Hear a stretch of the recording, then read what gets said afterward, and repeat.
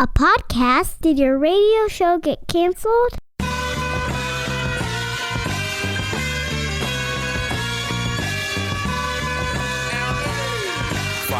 Fire.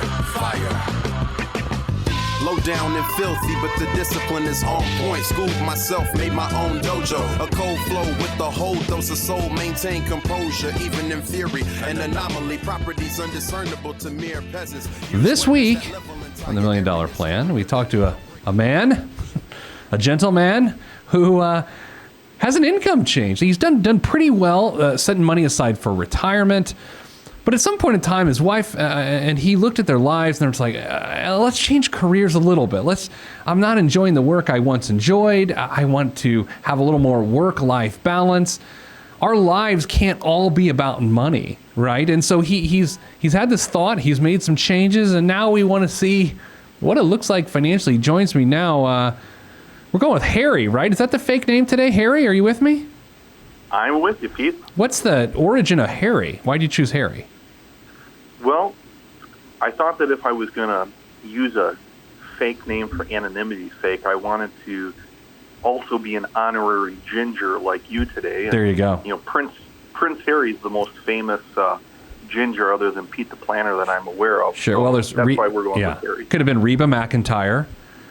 Could have been Andy Dalton, quarterback for the Cincinnati Bengals. But see, his eyebrows are bright orange, which is terrifying. Let's get into the show. So you tell us what's going on. Did I describe your situation accurately, or did I just make things up? No, that's pretty accurate. My wife and I just decided that we needed a little bit better work-life balance in our lives, and we had been fairly consistent savers over our career. And the last couple of years, we really were focused on trying to max out our retirement savings. Okay. But in taking new, lower-paying jobs, seeking that work-life balance, we've had a voluntary downward take in our income, which we've had to make some adjustments to what we put away in retirement. Yeah, let's put some numbers to that. So what was your income before your change? Our income combined before our change was probably about $120,000 before taxes. Okay, and now where are you? At about $85,000. Okay, so I mean we're talking $40,000, right? Right. Interesting. So let's do the numbers section here. You've got over $500,000 set aside for retirement. You're a younger guy. How old are you? 43. So you're young, 43, $526,000. By the way, isn't it funny? 20 years ago, I'm 29 years or 19 years old, and I meet someone who's 43, and I'm like, oh my God, they're almost dead. But now I'm almost 40, and I'm like, oh, this guy, he's a spring chicken. $526,000. You're still putting away right now $1,300 a month. Is that right? Yes. Is there a retirement goal in terms of an age that we need to be concerned with? Well, we both work for the government, and we're in the state pension system. Oh. And we can retire with our pensions as early as 57 without any type of age penalty. Okay. So that's really what our goal would be. But of course, we'd have to look at financing health insurance before we hit Medicare age and things like that. So you work for state government. Where you live in Wisconsin, is that right? That's right. Mm-hmm. I know. I was in Baraboo last week. You know what the Baraboo and Wisconsin Dells? Absolutely, they're famous for the Ringling Brothers Circus. Oh, I didn't know that. I went to a burger joint and got some cheese curds, and then the actress Tara Reid was going to do an appearance at the Ho Chunk Casino the day after I was there. So it's a pretty happening place, to say the least. Well, and you can never turn down Wisconsin cheese curds. Oh my gosh, so good. And why are they so good? They're delicious. The only thing that makes them better is when you deep fry them. Well, that's what yeah, we're right. I mean, that's the assumption. That's how I had them. I had deep fried cheese curds at the Baraboo Burger Company on Main Street.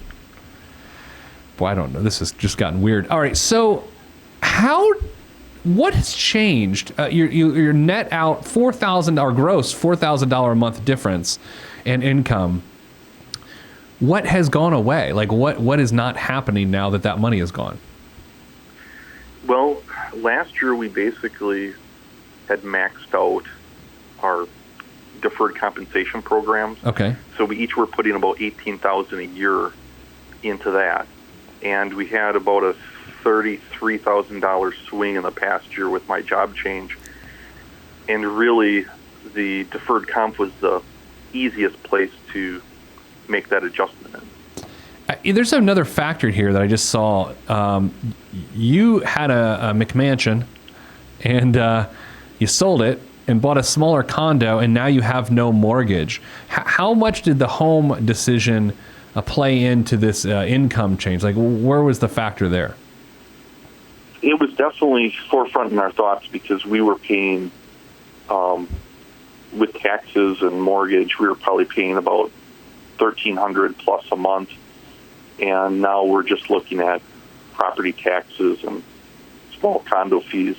And we did that in large part because we were anticipating making a change, and we didn't want to pay a huge mortgage for the rest of our working lives just to retire and probably sell that house and move south.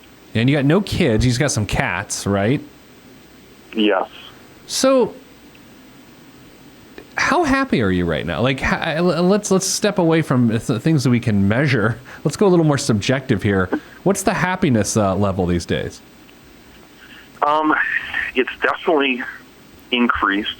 Just having lower stress jobs, having more time for each other, and to just really be able to spend and invest time the way we want instead of having to always focus on work. Yeah. So that work-life balance has definitely gotten a lot better. Do you think your health has improved because of it? Because I think sometimes, stress can mess up your health. Any chance that has occurred for you? Yes, we both had noticed some, I guess, health issues that I think were certainly attributable to stress and hours and worry and anxiety and just the pressures of running the rat race. And we just really wanted to try to slow that race down a little bit and enjoy it. Yeah, based on the numbers you sent me, and let's go through some of the bigger numbers here that we have so our audience can see them as well. Right now, you have $4,100 a month in take-home pay, and then that seems like it's probably down from what, $8,000, $7,500 a month? Yeah, probably around $7,500. You've got no debt whatsoever, none. Your $1 million day, which I think is fascinating. I think this might be a little sooner than you think. It's January 28th of 2024. You and your wife will be millionaires from an investable long-term asset perspective. At age 67, if you don't start drawing on your assets before then, you'd have $4.74 million, a net monthly income of $11,000 a month, and after inflation, that would feel like $6,100 a month. Here's what I can tell you, Harry. I think your career change does not affect you whatsoever, and part of me thinks it's because in the last few years you hammered away at your retirement contributions. I don't think there's a negative financial impact whatsoever to your life. That sounds great.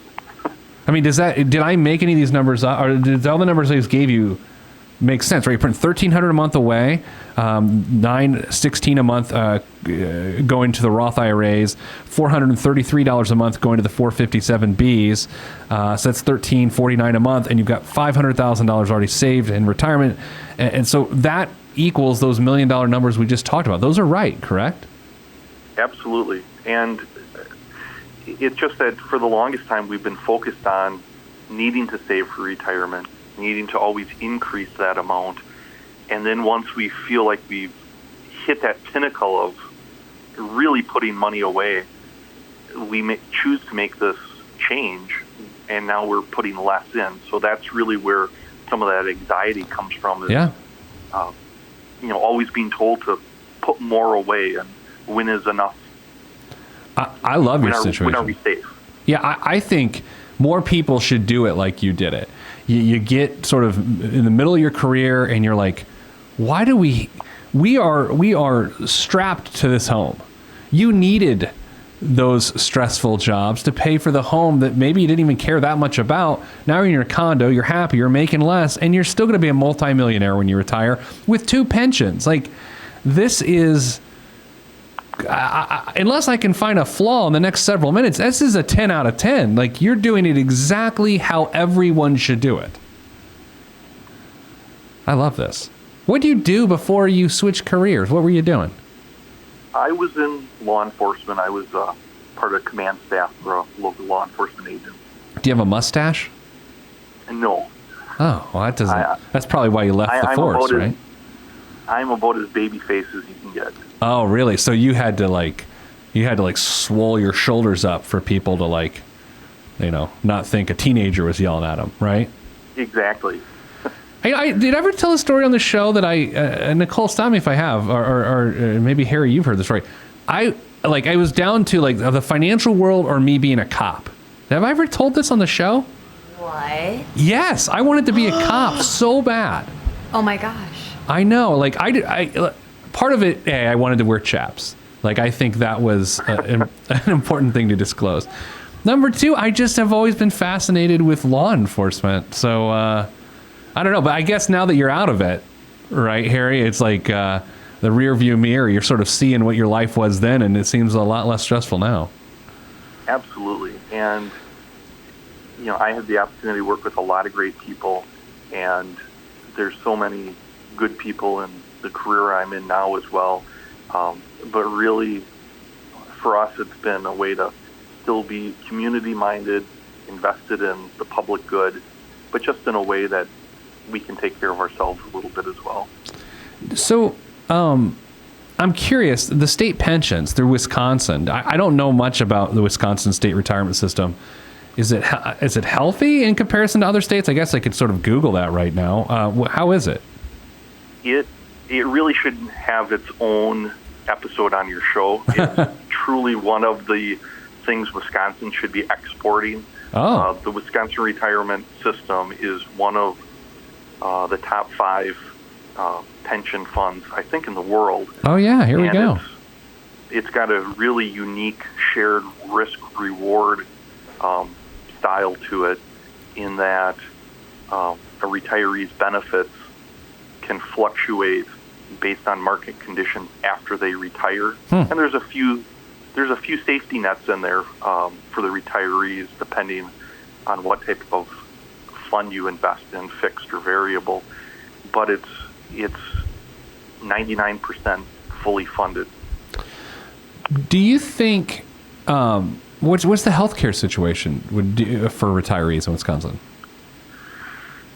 Well, we've got great health services, but I think, like everyone, you're pretty much on your own for your retirement expenses as a retiree. Okay. By the way, I'm looking. You are near Lake Winnebago.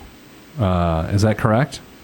Yes. The town that you're in. And just so everyone should know, the Ho-Chunk tribe, I believe, was part of the Winnebago Native American tribe. Now I'm just making things up. But Nicole, didn't we learn that last week on the show? We did. We Googled it and we did it on air. What kind of fish do you got there in Lake Winnebago, Harry? Well, sturgeon are the popular thing to spear in Lake Winnebago. Okay. You ever speared a sturgeon? No, but it's quite the winter activity. Oh, my gosh.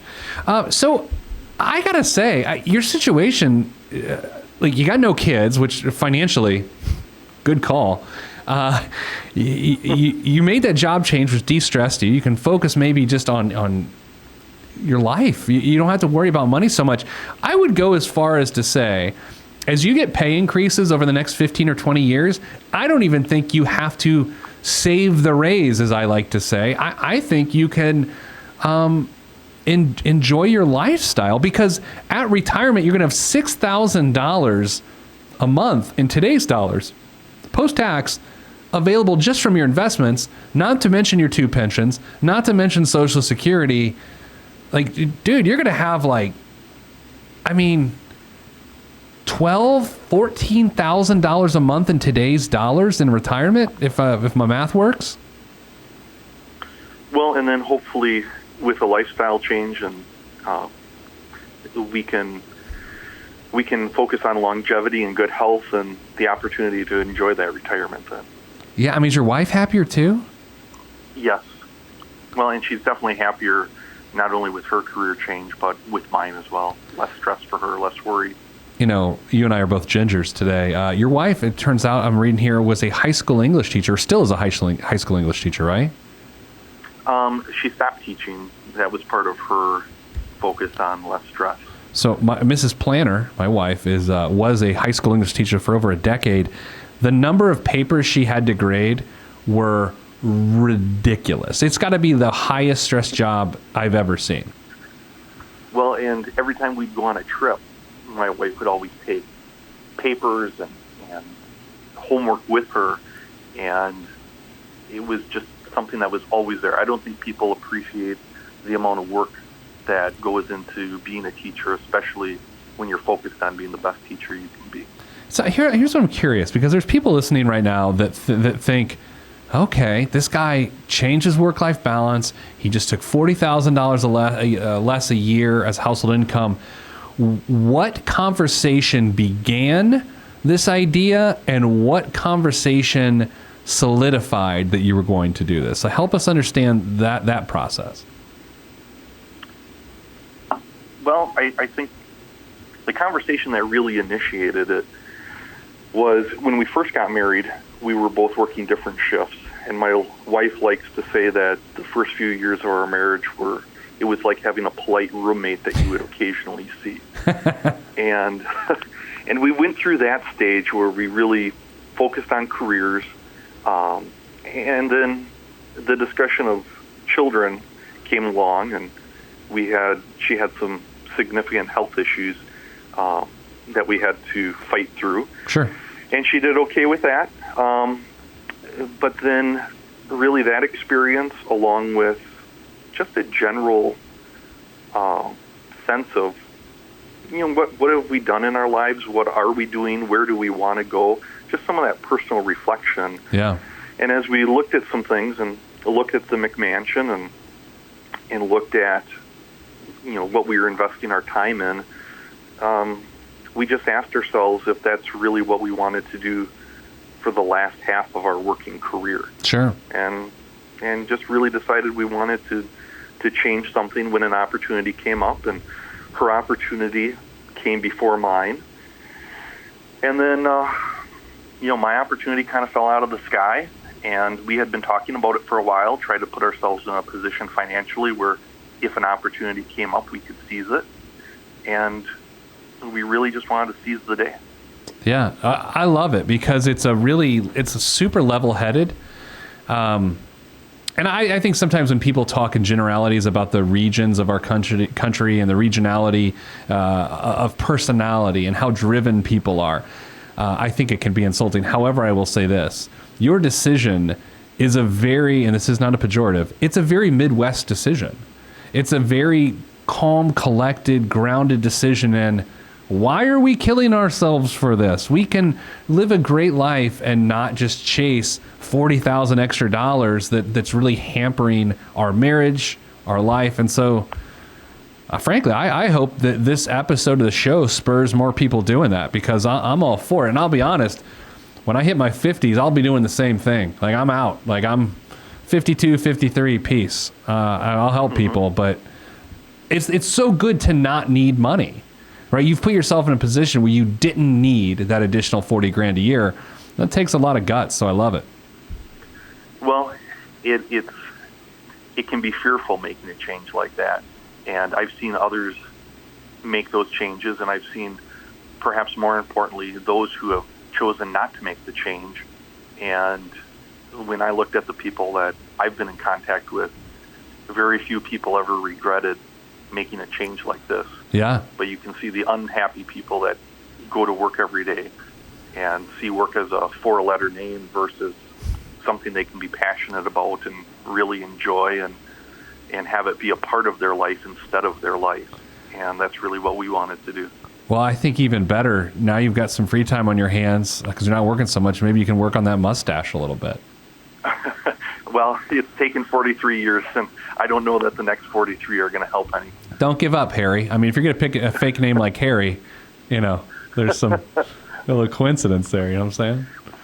Well, maybe now being a ginger will help spur that growth. Well, I mean, look, here's the thing. We all know mustaches are unsightly. They look like lip caterpillars. And when you're a ginger, and even if you're honorary ginger for the day, you're constantly visually scrutinized by what you look like. And so I think it all fits.